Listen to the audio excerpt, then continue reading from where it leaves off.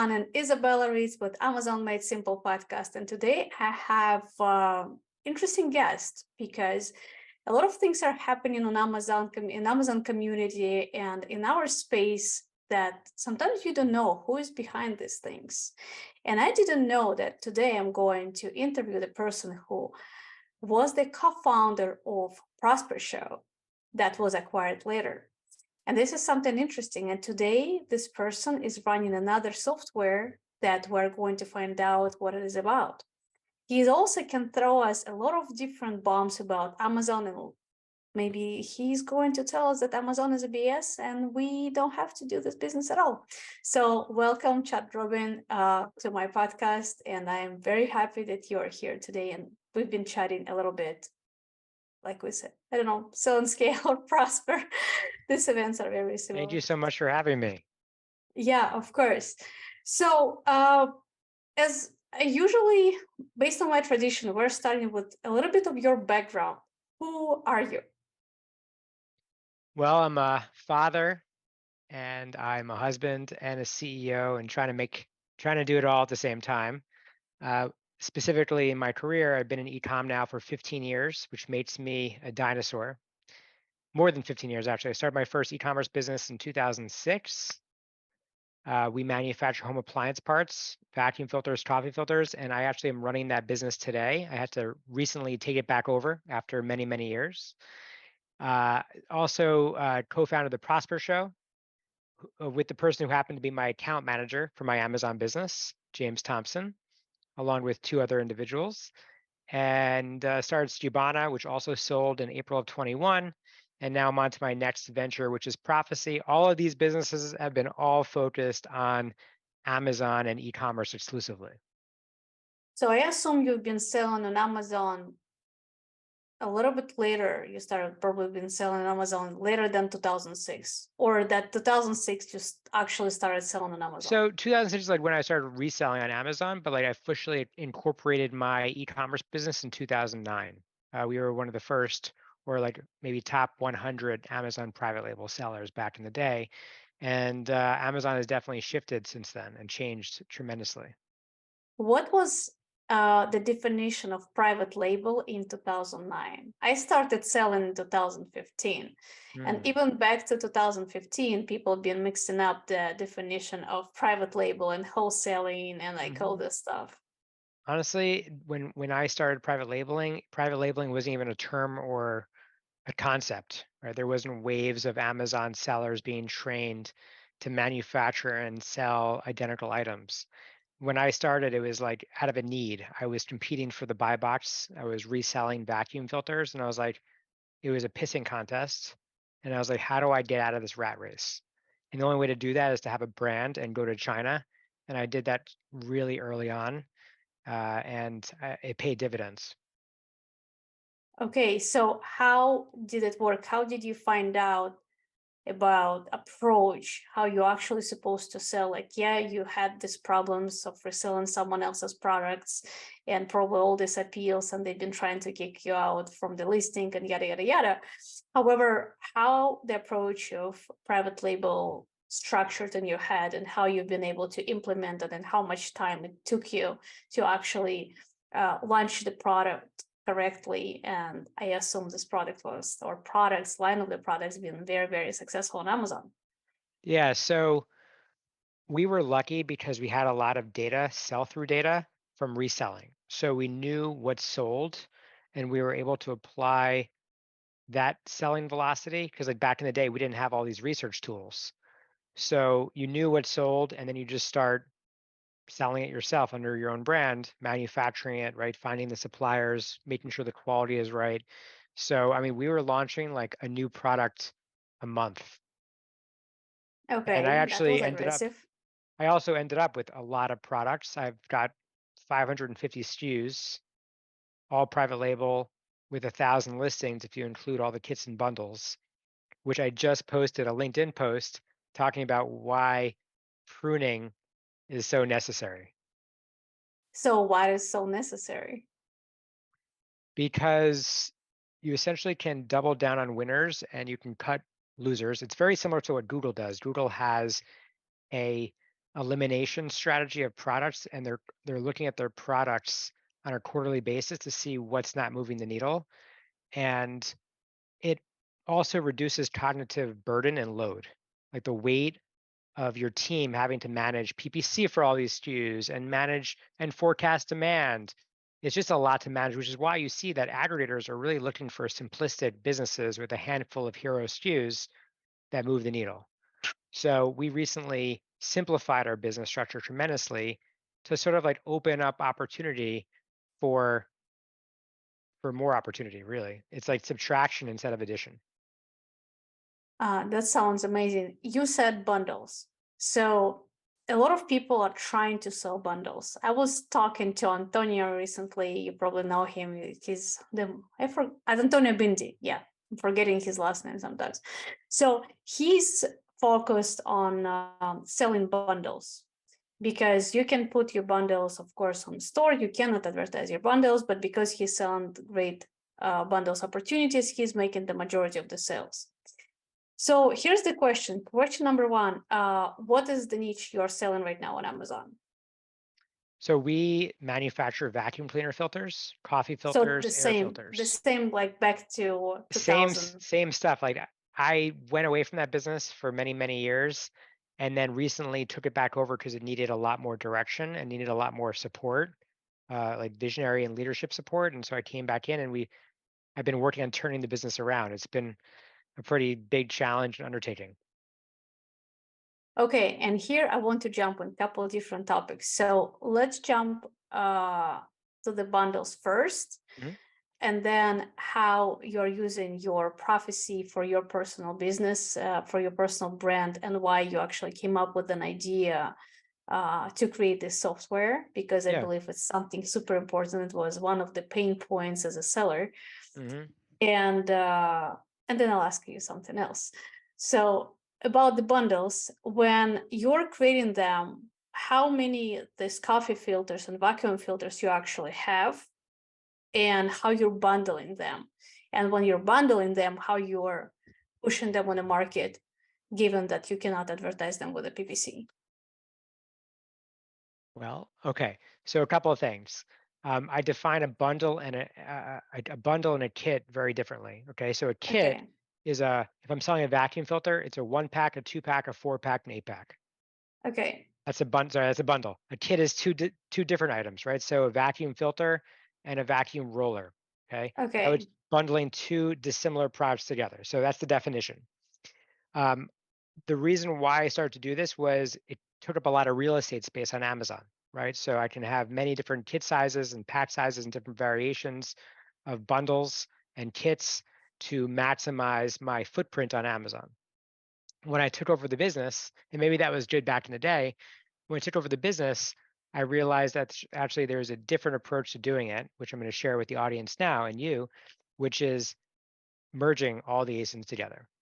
So we started merging all the ASINs. So the 1 pack, the 2 pack, the 4 pack, the 8 packs, the kits were separate and couldn't be bundled, or couldn't be merged together. But essentially all the reviews consolidated into one listing, which is super helpful, right? Because like then people see the listings, the quality of the listings, and can choose between the 1 pack, the 2 pack, and you can essentially increase your basket size because you sell a 1 pack for $8.99, but maybe you sell the 2 pack for $15.99, right? So you like tier up into a higher AOV, which gives you a higher gross margin because the pick and pack fees from Amazon and the FBA fees remain just go up ever so slightly.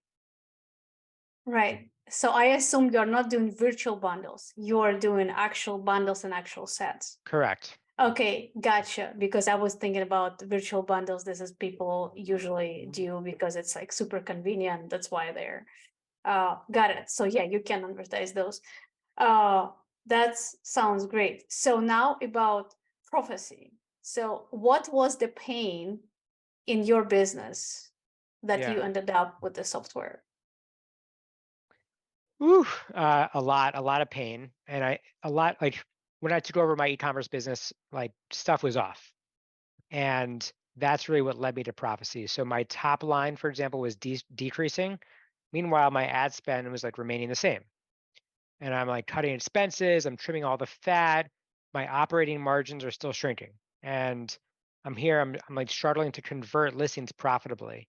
Meanwhile, while all this is happening, inflation across the board, right? Sourcing, fulfillment, PPC, advertising, everything just got like way too expensive. So I'm staring at a tree after I sold Stubana, a palm tree, and you know what that's like in Orlando. I'm staring at a palm tree and I'm like, wait, why does it have to be this way? Like, why is everybody optimizing their spend and they're not optimizing price? Especially if price is like the biggest needle mover to making more profit dollars on the bottom line. So I started working on pricing and thinking about price much more strategically and doing it manually. And I'm happy to go into details around that. And then we started building a true AI model, not like some BS model where people say it's AI, but it's really just if then logic that's masquerading as AI. True AI models to automatically determine the perfect price at the perfect time for the perfect customer on Amazon. How you finding out the perfect customer? I understand that there is some math like might be created for the Yeah. previous two bullets, but what What I, about the what I meant perfect what I meant client? was like what I meant was the perfect moment. Excuse me. So it's the Okay, perfect price for every product at the perfect moment to capture their wallet share. so when we're talking about this perfect moment, I assume you're scraping the data from somewhere to find out like what is this moment, if it's like Q4 we are at, or like Uh-huh. Father's Day, or Yeah, summer, winter, whatever. So how it is happening on the sure. backside of your algorithms? So If it's remember, I not a need big secret, because I'm no, it's asking not a for. secret. No, we're sort of like there's like black box algorithms, and I would say we're gray box where we have built proprietary models, but also are willing to share with you how we built them. So firstly, on Amazon, let's get this straight. You have the Seller Central API, and you have the Ads API. So you've got the SP API and you have the Ads API where you can get so much data, like a treasure trove of data. On top of that, you can go back in time, right? So you can get seasonality, you can get holidays, temporal elements like that, economic fluctuations, right? Inflation, interest rates. Then you can reverse ASIN look up your SKUs and you can find your competitors. So for your own listing, you have your reviews, your quality of reviews, your recency reviews, you have your price, you have your inventory. For your competitors, you have their BSR, their price, their inventory. So we pull this all into a model. And essentially, we program the model mathematically to come up with what is the most optimal decision for you. And that's really what we're trying to do at Prophecy. Is the word prophecy is predicting with some level of certainty something's going to happen in the future. And on a secondary measure, the way we spelt it is profit you could see, right? Prophecy. And you can see I spent Oh, that makes sense. a lot of time thinking about it. Um, and so where was I? Okay, so essentially the way that we are out to like make you maximize profit by driving price dynamically without sacrificing your ranking on Amazon, your BSR. Okay, that makes sense. So given all this amount of factors, when we're changing the price, at some point it might affect our future buybacks. Mm-hmm. How? So I have two questions right now. So does the prophecy recommending you to change the price, or is changing the price for you? And the second question, if when what not if when you're changing the price, how it's affecting your personal buybacks in the future, when you already, like, for example, you lowered the price, or opposite, you made the price higher and then Amazon is saying, it's a price manipulation and your listing is suspended. Okay, awesome questions. So the first one is that I'm going to start from the last question and then work my way back. So we built suppression monitoring technology into the platform. So if there's anything funky that happens with price, we automatically reset back to the original price, but we're monitoring it, number one. The second is our AI, and we are using true AI, and there's very few Amazon companies that can make that claim, Amazon software companies. Our AI is self-learning and improves over time. So it compounds, it becomes like a competitive advantage. And one of the ways that we understand how you do as a brand on Amazon when we change pricing is we have something called the hyper learning phase. This hyper learning phase made small changes to your price to see how Amazon reacts and how your competitors react. And that's the most beautiful thing about algorithms, right? They are faster than us, they're cheaper than us, and they observe, they experiment, and they learn much faster than we do, independent of me as the creator of the software. And so when you mix that together and you put that on Amazon, it is really, really powerful because there's so many data points out there. And there's so much over analysis paralysis when you see these data points that the algorithm can take the data points, find the signal and the truth in it, and then we dynamically push the proper price to the channel automatically. So That's amazing. yeah, I'm hoping I answered So all your questions all in one yeah, paragraph. that's yeah, you answered them very well. So another question, to make sure, for example, I'm signing up for Prophecy and I'm trusting you guys that now you will recommend me what to do with my products and I don't have any headaches about it anymore. For example, like Q4 ended and now something that you've been selling for $39.99 is not working anymore and you have to lower the price to $12.99, and even then the sales are not that good because you have to wait for, like, I don't know, March. For how long your machine was your AI been learning how to recommend the price to make sure, after I trust the prophecy, and like I have to make sure, like, okay, the machine is not wrong, because as you said, they're smarter than us, they're faster than us, but at the same time it's a machine, and machine sometimes is not doing the right thing and they can do Yeah, some. no, you're Yes, asking the best questions. I love it. you're welcome. So the one of the learnings that we've had, right, as humans building prophecy is that AI isn't absolute and isn't always correct, right? And so AI is an amazing co-pilot. And so what we've built at Prophecy is actually about 85% of everything is driven by the AI, but we have a data science team that's supervising the AI.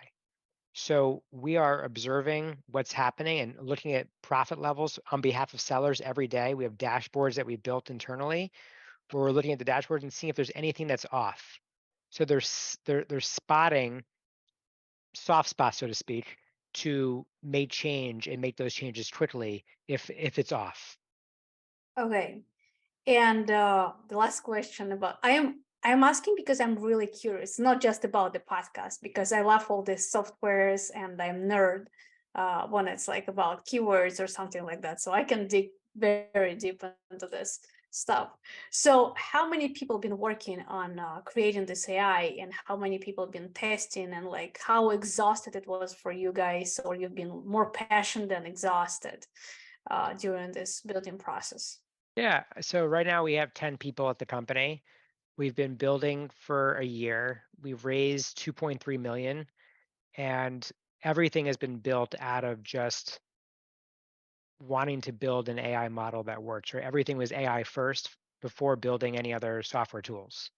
So we are truly like I really believe in the algorithmic takeover, right? Where I believe that the future state of even selling on Amazon is going to be primarily driven based on algorithms, whether it's forecasting demand planning, whether it's keyword research tools, whether it's pricing and PPC, all of that will be AI driven. I bet, especially like, I think every other post I see right now on social media is like about ChatGPT, ChatGPT, ChatGPT. I think like, okay, I'm not going to create any videos about ChatGPT the near future because everybody does it. So everyone is doing it. It's like really a lot Mm-hmm. with all this AI going on. Um, who is the best user of the software for you? Like, is it Yeah. like someone who is only big seller or it's a new seller? Like, who are those people who's supposed to use it? Yeah, I mean, right now we're still a very early stage, right? So we've been doing this for a year. I'm typically talking to merchants and brands that are doing anywhere from 2 million to 5 million, but we do over that all the time, and we do under that. And as we add more functions and features, it'll be more. But 2 to 5 is a great start where we're at right now. In fact, we had built this initially with like aggregators in mind, but they've been like very slow and very uh, focused on many other things because they have a lot of other burning things right now to focus on. Yeah, especially given the that was very interesting situation after I think it was it was Prosper Trasho. They changed the branding. They rebranded themselves, and Mhm. then I think a week or 2 weeks later, it's like laid off. Something is going on, and like all aggregators being on pause and like so pure cautious, and people started like panicking a little bit. But anyway, yeah, I understand what's going on as well. Mhm. So let's talk about Prosper. How you, first of all, I didn't know that you've been a co-founder. I had no idea. Right now Prosper is like the emblem of Amazon sellers. If you're Amazon seller, you're not going to prosper. Something's wrong with you. It's like, why you're not going to prosper? Like what? Like what? What's wrong with your company? So how did you come up with this idea? How you made this show to the point that right now it's a huge recognition. It's a big thing. It's a big deal. Yeah. So, I mean, how it all came about was my account manager at Amazon. I had called him to invest in Stubana. I was like, "Hey, you'd be great to have on board. You're smart. You get this." And then so he invested in Stubana, and then he was like, "Hey, we're missing community in the Amazon world."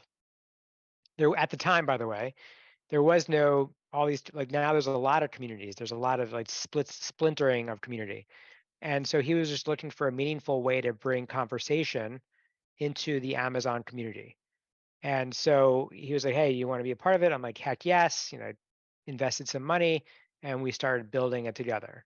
So I think we just got lucky. We identified a opportunity in the market that was untapped. Nobody was doing it. And it became much bigger than ourselves, which has been beautiful. When was the first Prosper? First Prosper, I think it was 2016. So what, just a year after you started your own business? I believe 2016 was the first, Okay. and we did it in I, Salt Lake City, Utah. oh, really? That's nice. My first Prosper was I think 2019. That was my first one. Wow. Yeah. So I didn't go till then. And like I was me personally, I was on the shores a little bit because I came to US, I had to figure it out. And I was like kind of inside of my Russian speaking community doing Amazon and a lot of other things. Um, so why you decided to sell Prosper? Why not to keep it? Because right now, like having this amazing tool that you guys created, software, the community would be super helpful. Like, why? Well, sometimes you create something that's so valuable that help other people flourish and people want to buy it. And you get a deal or an offer that's sort of you can't walk away from it. And So, killing I offer, what was that? killing offer, mafia offer. Yes, a great offer. And yeah, so that happened. Prosper, that happened with Stubana as well. Just showered with blessings from a life-changing outcome. How do you feel? Like how you feel not like an entrepreneur, just like a person when you're creating stuff that people love so much that they're just making offers and throwing it at you. I mean, look, it feels amazing. And then the deal happens, and then you're sort of like, wow, okay, I have more money in my bank account. And for example, I can speak what happened at Cubana, like when we got bought in April of 21, I'd been working with these people for years. Some of them have been there from day zero. And they suddenly were reporting to a new boss. And it's a really, really strange feeling because like your job isn't just showing up to work every day, but it's surrounding yourself with the people that you want to be around. And so I went through a bit of a dip in that period, uh, which like kind of put me on this whole like self exploration path to just improve myself and just like heal, and also just like I was constantly like giving to other people, and so this was my time to harvest and to bring it in. So Do you feel proud of yourself? yeah, heck yeah, I'm proud of myself. I think it's super cool. It's super hard to like build something from nothing, run it, keep running it for a long time, uh, profitably, and sell it and create something valuable enough for someone to buy. I think that is I'm so proud of that. And like even Prosper today, watching it independent of the creators is even cooler, right? Because we were part of the early genesis of that whole concept, that whole idea. It's pretty cool. You said you are husband and father. You're father of how many kids? Right now, one 3.5-year-old. Okay. One. Okay, so yeah, that we can't ask them if they're proud of their father yet. Well, I mean, my son, I instill in him specific values. So maybe that's an interesting value to instill. But essentially, some of our values internally as a family are. I'm very close with him, by the way. I spend a lot of time. I invest a lot of my time into working on helping raise him. I just solo parented for the last 5 days. So, Wow. yeah. Okay. But yeah, so I think I instill positive values in him. Like one is Rubens do hard things. So I'm constantly showing him, hey, we're doing hard things and we're challenging ourselves. So that's one of our values. Another one would be something like when you start something, you finish it. So Yeah. he can recite these things. He's good. So how are you managing this like huge workload and your family? It's very hard. I'm not going to sugarcoat it. Prioritization, like the things that are burning the most bubble up to the top. I wake up super early. I have like two wrist watches that I wear that vibrate to get me out of bed. Yeah, I mean, I think those are some like secrets that I'm leveraging today to like get more time. But I think it's mostly uh, knowing what to work on next, right? What to prioritize, and then I actually hard stop. So typically at 4 o'clock, I hard stop and I spend time with my son. Wonderful. I was actually going to ask you what are the top 5 priorities in your life Mm. and what are the top 3 challenges that you're facing on a daily basis and that you're trying to work on. So top 5 priorities, like in terms of like work priorities, or Just your personal, it might be yeah, work related, your personality related. yeah. So so it's like self care, which is different from self love. But self care, self love, my wife, my son, and my career. Those are the 5 things. Um, Wonderful. So yourself, family, career, yeah, but I was just saying self care, self-care. Yeah. which is like working out. I don't love Yeah. working out, but I do it. And so I have boxing, I've got CrossFit. I push myself very hard during those times. And there's like self love, which is pouring into myself, whether it's podcasts like yours, or reading a book, or going to a deprivation tank, uh, doing at least one self love activity on an on a weekly basis, annual basis. Yeah, I would go crazy if that was the case. And then my wife, my son, and then working on building prophecy and making it a success. So I assume prophecy is the number one out of all your businesses that you are working right now. Yeah, I mean, it's a startup. It's taking a lot of love, but also I've taken over Crucial, which is my e-commerce business, which is also requiring a lot of me lately. So I'm managing both of those and getting much better at delegating too. Yeah, delegating is everything. I love delegating. I think I'm coming up with an idea to hire someone else every single day. Um, and top three challenges in your life, Top three challenges. Hmm. if you have those. Maybe you're good. Yeah. No, there's no shortage of challenges. Anyone who tells you they don't have challenges is lying to you. Correct. Um, I would say, let's see.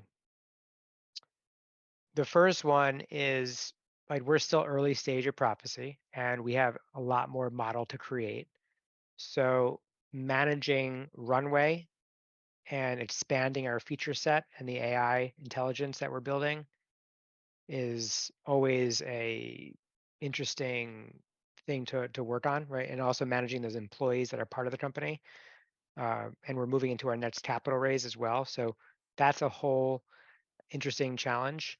On the business side, and I'll give you one personal too, but the e-commerce business, right? Like we have our first profitable month in a very long time. And we just had it in December. I took over the business in October. So it took me 3 months. I really turned things around and I'm just waiting on the next data point to see if it becomes a pattern. And then three, I would say is I grew up obese. And so I'm always super conscious of like what I'm eating, what I look like, right? Because I grew up very fat. And so I'm always having this complexion of like, oh wait, I don't like the way I look like in the mirror. I need to do more. I need to eat better. And if I don't eat well, then I'm sort of down on myself about it. So that's something that's a constant issue Now that I'm working through. self-care and self-love is more understandable. And I feel you there a lot. When I was a teenager, I was pretty chubby and had this like insecurities. And this is hitting me hard till now when I'm looking at myself in the mirror. I'm like, okay, extra pound. We have to do something about it. I understand you.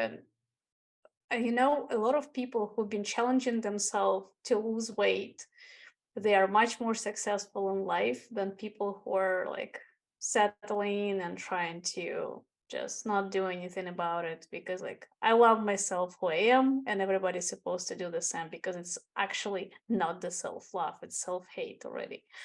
I love all this. And the last question for today: how do you want, or how you can, or how would you like to help the community, to the listeners that are watching or listening this podcast?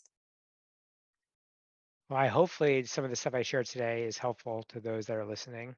Hopefully it inspires people to take action. Uh, and I guess I want to make myself available to those that want to reach out if they need support as they're building something from scratch or they're taking something from 1 to 10 instead of from 0 to 1. I'm happy to share my email address, which is chad@prophecy.com. You can follow me on LinkedIn. Uh, yeah, I want to be here as supporting those in the community for sure. Yeah, you have a pretty big follow. I think like 27,000 people are following you. Something around there, but who's counting, Yeah. right? It's all about Yeah, but the moment you're a star, you're a star. It already doesn't matter. 20,000 or 200,000. the most important thing is to challenge, right? To challenge the status quo and ask yourself, like, why? Like, why do things have to be this way? And I think that a lot comes from being bullied and being shamed as a child, right? Where I see the world in a very different way than others. And I think that's actually been, well, it's been a challenge. It's also been an opportunity to grow from. I completely agree. I love how humble you are. I love the things you achieved, and how it's easy to talk to you and asking questions. And I'm very grateful that you've been able to answer all the questions without hiding anything and everything. So open and great. Thank you so much. Yeah, thanks for having me. Yeah, guys, if you want to follow Chad, first of all, he's amazing. I loved our conversation today. Under this video or the voice recorder, depends on what are you listening right now, you'll be able to find all the links, how to follow, where to ask the questions. And of course, if you want to manage your pricing without any headaches, you know what to do. Thank you, and see you in the next podcast.